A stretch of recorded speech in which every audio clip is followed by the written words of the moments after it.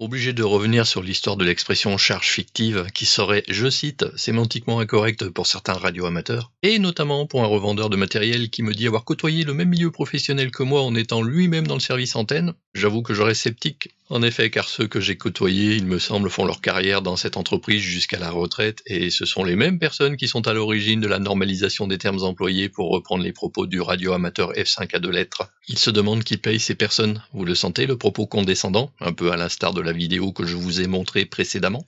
Je vais zoomer sur la partie du texte où ces radioamateurs font l'erreur. Je n'ai pas été assez clair dans la première vidéo pour certains a priori. Quoique son erreur, il l'avait sous son nez. Regardez, pour la charge d'une machine, puissance active ou apparente, absorbée par cette machine. C'est quoi une antenne? Ainsi, une antenne peut être appelée une charge dans un contexte spécifique, généralement en ingénierie électrique et en radiofréquence. Le terme charge désigne souvent tout composant qui reçoit ou dissipe de l'énergie d'une source. Dans un circuit de transmission radiofréquence RF, l'antenne peut être considérée comme une charge finale qui reçoit l'énergie de l'émetteur, qu'elle convertit ensuite en ondes électromagnétiques. Dans ce contexte, une antenne peut effectivement être appelée une charge, puisqu'elle est l'élément qui reçoit et dissipe ou rayonne la puissance électrique. Nous pouvons donc indifféremment parler d'antenne fictive ou de charge fictive. D'ailleurs, ce n'est pas qu'au niveau national. Regardez au niveau international. Doomilode, ça veut dire quoi?